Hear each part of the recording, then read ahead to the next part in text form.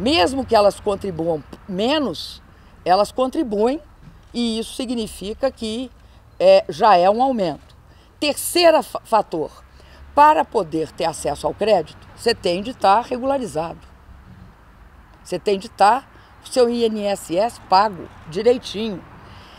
Nós saímos de algo como menos de 400 bilhões de dólares de crédito em 2003 e fomos para 1 trilhão e 500 agora, 500 e qualquer coisa. 1 trilhão e 500. Ou seja, aumentamos 1 trilhão e 100 o crédito. Então, uma porção de gente que não tinha acesso ao crédito passou a ter. Para você ter acesso, ninguém te empresta dinheiro se você não pagar o INSS. Então, por vários motivos, nós diminuímos o déficit da Previdência. E, além disso, tomamos uma medida que eu acho que é muito importante.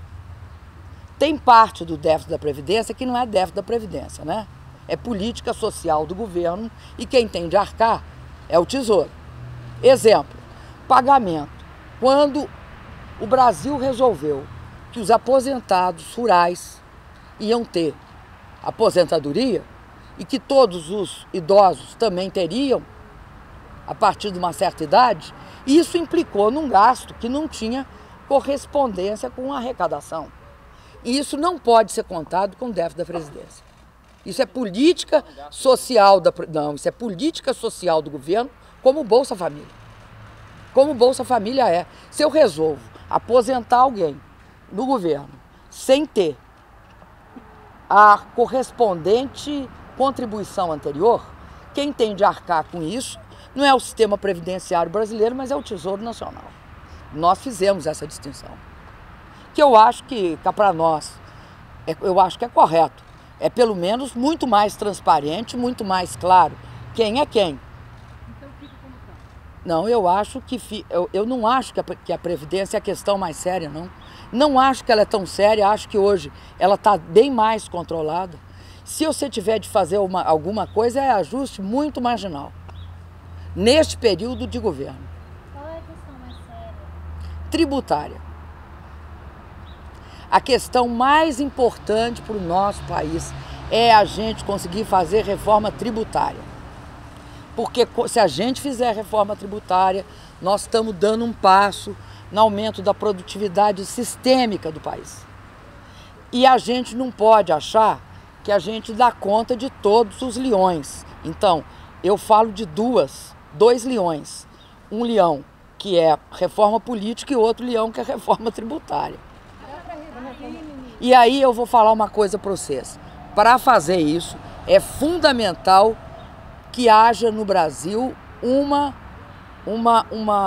a criação de consensos. Não se faz isso sem criar consensos. Da importância e da necessidade para o país, né? Em relação às duas campanhas diferentes. Gente, deixa ela perguntar primeiro, porque eu escutei ela primeiro. Dá para reduzir um pouco a carga? Dá. E é engraçado que dá uma coisa interessante, sabe por quê? Dá para você reduzir imposto e não ter grande perda de arrecadação. Porque hoje você vai ver, vão falar assim, aumentou a arrecadação no Brasil. A arrecadação pode aumentar sem aumentar nenhuma alíquota. Porque quando você tem mais lucro e ganha maior renda, se há uma ampliação da base de arrecadação sem ampliar imposto. Eu acho que não só pode, como tem de reduzir imposto sobre investimento. Tem de tentar solucionar o problema da tributação, que ocorre muitas vezes, por exemplo, sobre exportações, nas divergências interestaduais, entre tributação, pagou tributação num estado e exportou por outro, né? Aí o estado que exportou não quer compensar porque não recebeu. E o estado que pagou não quer devolver porque já pagou. Então, tem uma série de problemas no Brasil que nós temos de resolver para o Brasil seguir andando. É a última.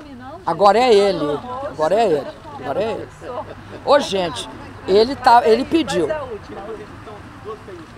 Eu agora virei, você entende? A minha assessoria de imprensa não é justa. Então, eu intervi aqui para dar a palavra a quem pediu primeiro, que é o único critério de justiça que pode ter nessa entrevista. Queria saber se a senhora for eleita, a senhora vai continuar se a senhora vai recriar a CPMF. E a minha pergunta era a seguinte: o que a senhora pretende fazer em duas campanhas diferentes, que estão em momentos diferentes, na campanha do Mercadante, que parecendo que está crescendo, e na campanha do Hélio Costa, que está caindo para a Nossa Z crescendo. O que a senhora pretende fazer para equilibrar esse jogo e uma virada? Olha, nós somos mais modestos, viu? Eu sou mais modesto, eu não acho que eu resolvo o problema. Acho que eleição é uma coisa que tem suas características. Cada estado tem a sua característica. Eu não tenho pretensão nenhuma de resolver situação eleitoral em lugar nenhum. Agora, eu tenho a pretensão de fazer campanha, né? De ajudar aqueles que são meus parceiros. Então, sem achar que eu estou querendo resolver o problema, porque eu não acho que eu tenho esse poder, eu vou me empenhar tanto na eleição de São Paulo quanto na eleição de Minas. Mas eu não vou descuidar de outros estados. Eu ainda já disse, pretendo ir ao Nordeste, lá no Ceará, pretendo voltar no Rio Grande do Sul, pretendo ir no Paraná, pretendo ir talvez lá aqui em Goiânia, no entorno de Brasília. Tá? Eu pretendo fazer uma...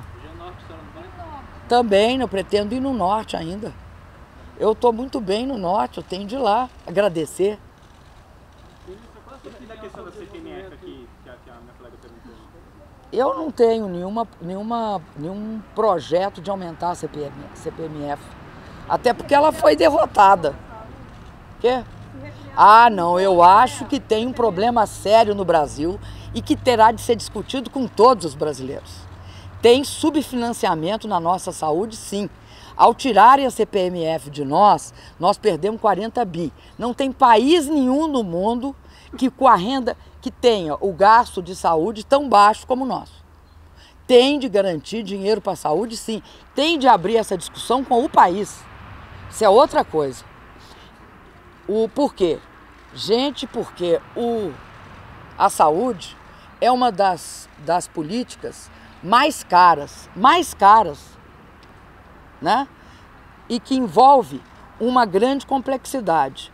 Eu tenho um compromisso com essa questão, ou seja, se eu for eleita, eu vou, de todas as formas, deixar claríssima qual é o problema da saúde no Brasil. Eu acho que tem de ser mobilizada a população para a gente poder solucionar esse problema. Mas aí a senhora É subfinanciamento. Mas a senhora defende a criação de um... Não, eu defendo essa discussão. Qual a sugestão que a senhora tem? Se fosse fácil, gente, já tinha acontecido. Se a gente soubesse como é que nós vamos garantir o aumento, porque não basta dizer, faz a emenda 29 e quebra uma opção de município, quebra estado. Por exemplo, uma pessoa que Eu quero a emenda 29, hein?